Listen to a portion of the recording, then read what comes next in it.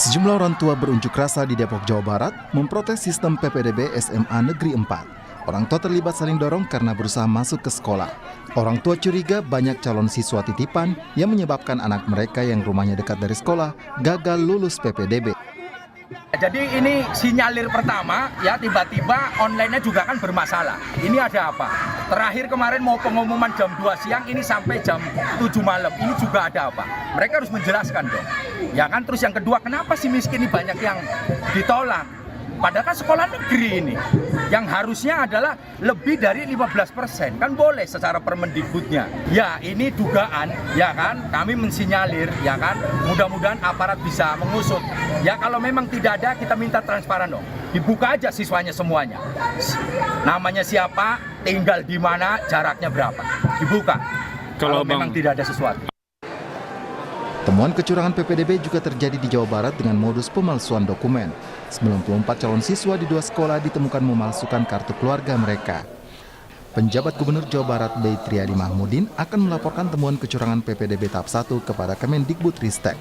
Pemerintah Provinsi Jawa Barat juga akan menganulir calon siswa baru yang terbukti curang. Ya, kami akan laporkan semua ke Kemendikbud bahwa kan tujuan zonasi itu untuk memeratakan sekolah kan asalnya, tapi ternyata paradigma itu masih tidak mudah untuk mengubah sekolah favorit.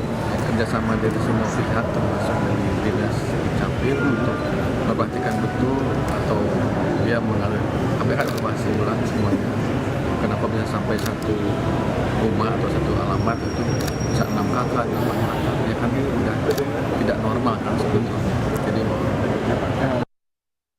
dari investigasi harian Kompas, modus pemalsuan dokumen PPDB dimulai ketika orang tua atau wali meminta bantuan jasa edit dokumen di media sosial khususnya Facebook. Temuan harian Kompas biayanya mencapai Rp100.000. Padahal penerimaan siswa melalui jalur zonasi secara aturan diperuntukkan untuk siswa yang berdomisili di wilayah yang ditetapkan oleh pemerintah daerah. Karena membutuhkan dokumen alamat kartu keluarga yang sesuai dengan wilayah sekolah yang ingin didaftar, maka alamat rumah orang tua pun diedit. Dokumen palsu itu kemudian diunggah ke situs PPDB jalur zonasi. Dokumen palsu ini diketahui bisa lolos di situs PPDB jalur zonasi. Harian Kompas menemukan di Kota Bengkulu, sejumlah dokumen palsu sengaja mengatur alamat rumah dekat dengan sekolah yang ingin didaftar, padahal alamat palsunya berupa gang atau daerah yang bukan kompleks perumahan. Tidak hanya terkait jalur zonasi, harian Kompas juga menemukan adanya jalur siswa titipan di beberapa sekolah. Hal itu terindikasi dari data pokok pendidikan yang menunjukkan banyak sekolah tidak sesuai ketentuan dari sisi daya tampung siswa. Permendikbud nomor 47 tahun 2023 sebenarnya telah mengatur jumlah siswa dalam satu kelas maksimal 36 orang dengan jumlah ruang kelas maksimal 36. Namun, berdasarkan temuan harian Kompas, sistem PPDB masih memungkinkan jumlah siswa yang diterima hingga 50 orang per kelas. Provinsi Banten menjadi daerah yang persentase sekolahnya tidak sesuai ketentuan tertinggi yakni 17,39%. Disusul Bali 16,18%, lalu ada Sumatera Selatan, Jakarta, dan Jawa Barat.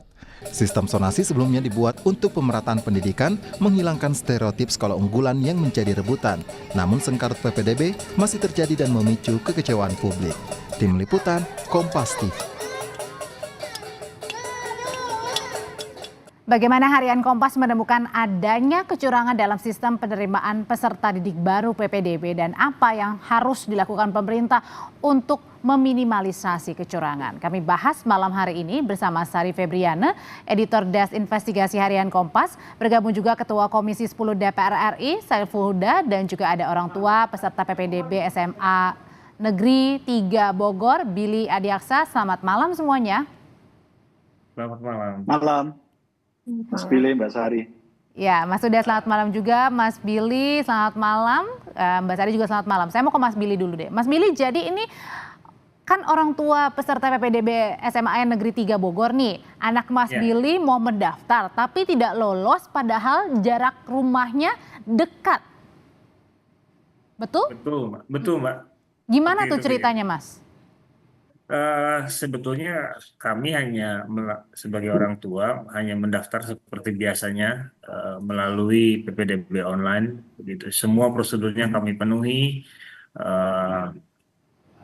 tahapan-tahapannya itu kami tunggu sekian lama dan berakhir kami mendapat keterangan bahwa anak saya tidak lolos begitu. Dan yang saya cek di jarak terdekatnya itu ada 50 meter, ada 70, ada 200. Dan saya pikir kenapa saya ke sekolah tersebut untuk mengkonfirmasi, karena saya pikir di situ di dekat-dekat sekolah itu hanya ada mall, eh, rumah makan, kantor perbankan, terus rumah-rumah yang besar ya, yang konotasinya itu bukan perumahan warga begitu. Jadi saya ingin ke sana itu kemarin hanya ingin mengkonfirmasi di mana 50 meter dari sekolah itu yang mana gitu. Jadi Ternyata ternyata ya tidak diberi ruang untuk kita berdiskusi lebih serius. Hanya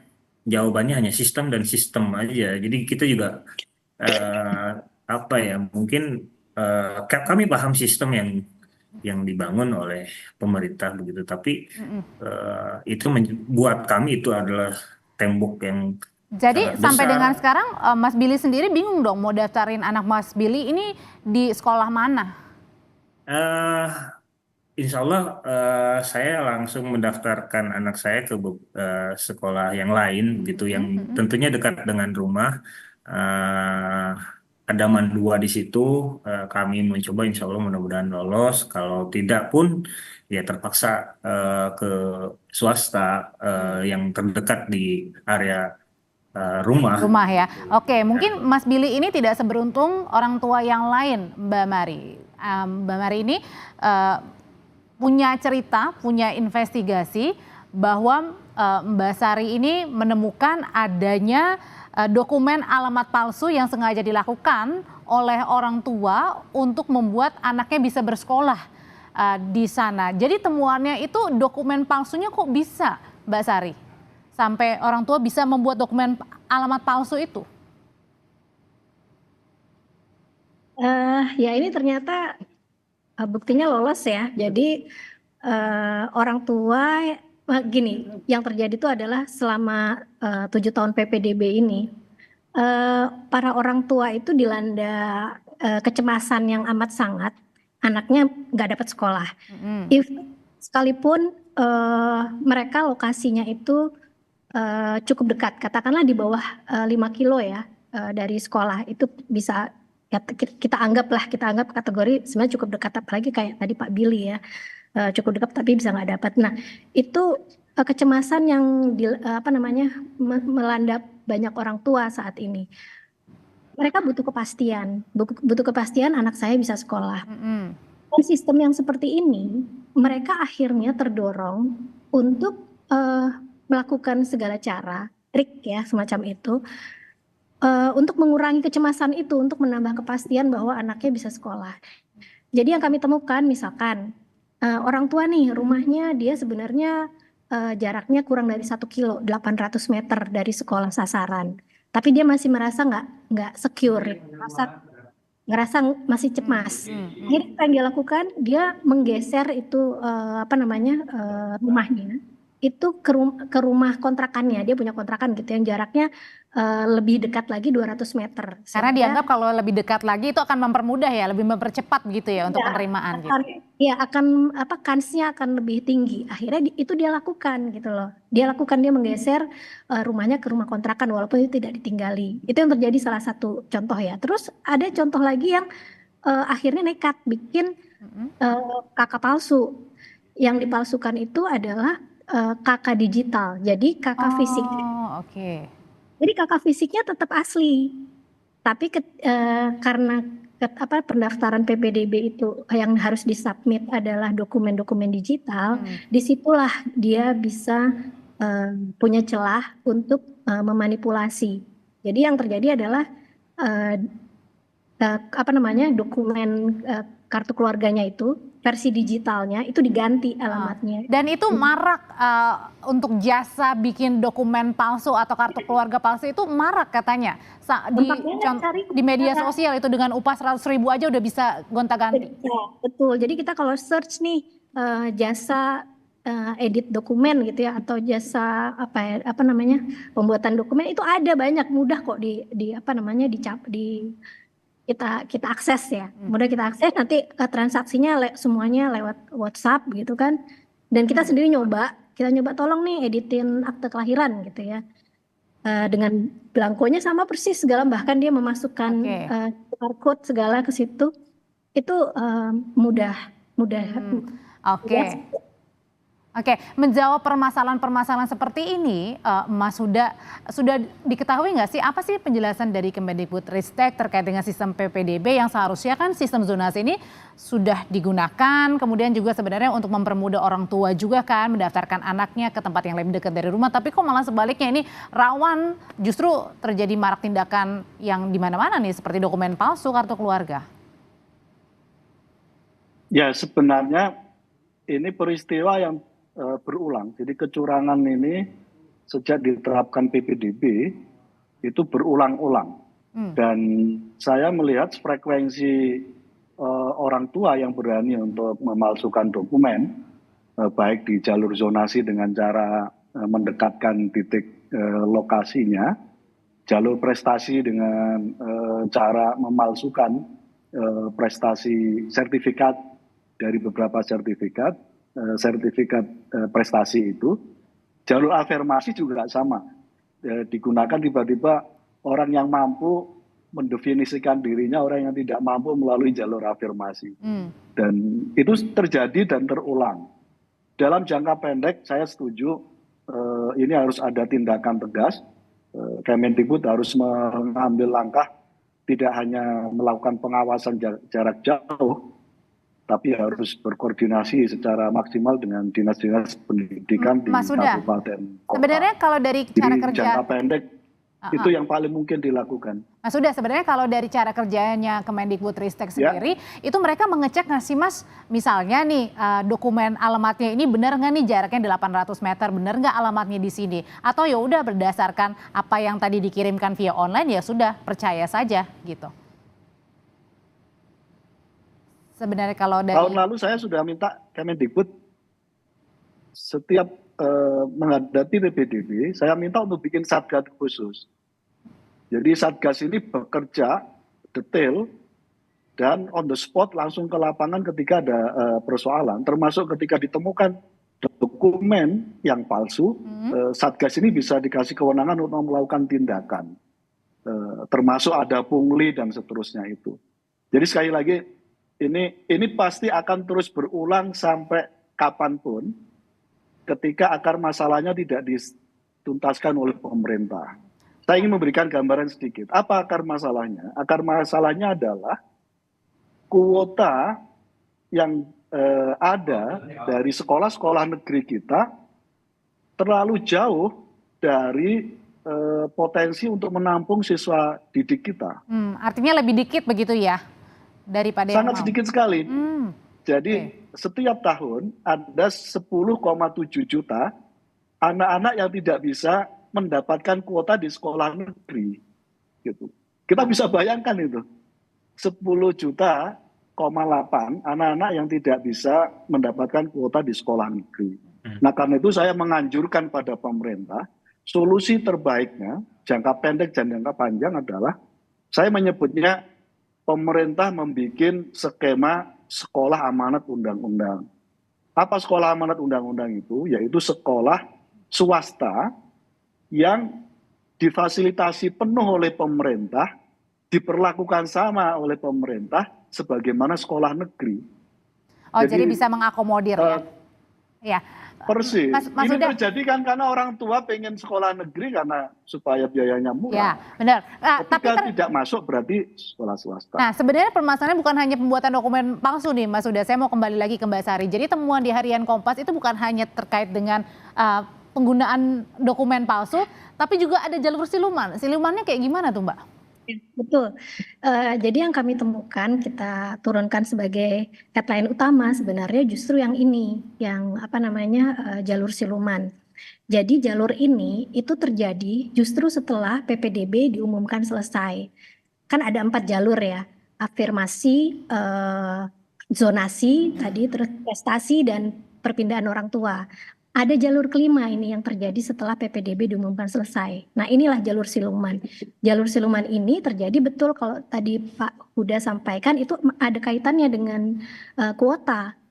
Jadi, kalau Permendikbud yang nomor 47 tahun 2023 itu kan ada batasan setiap kelas itu berapa anak, berapa rombel per sekolah, ada batasan ya. Batas itu hanya 36. Nah, itu yang membuat sikut-sikutannya di situ. Batasannya sedikit, yang mau masuk banyak. Akhirnya, ketika PPDB sudah diumumkan selesai gitu ya, sekitar pertengahan Juli biasanya, itu sekolah akhirnya menerima desakan, tuntutan dari berbagai macam pihak, titipan-titipan, siswa-siswa titipan, supaya sekolah mau nerima anak-anak ini gitu. Padahal Bahkan siswanya itu tidak dalam kategori 4 itu, misalnya berprestasi atau jalur zonasinya dekat gitu, enggak. mereka udah gagal semua jalur itu gitu loh. Jadi akhirnya bermodal yaitu nitip, ada yang getok lewat misalkan oknum orang dinas, getok lewat aparat, bahkan ada juga maaf nih ya wartawan juga minta slot gitu kan, atau ormas organisasi massa yang mungkin selama ini agak ditakutin gitu ya. Nah itu getok lewat situ. Berarti ada berupa ancaman ataupun ada suap? Kami tidak menemukan suap. Jujur aja kita nggak nemukan ada suap ke pihak sekolah dari oknum-oknum ini ya.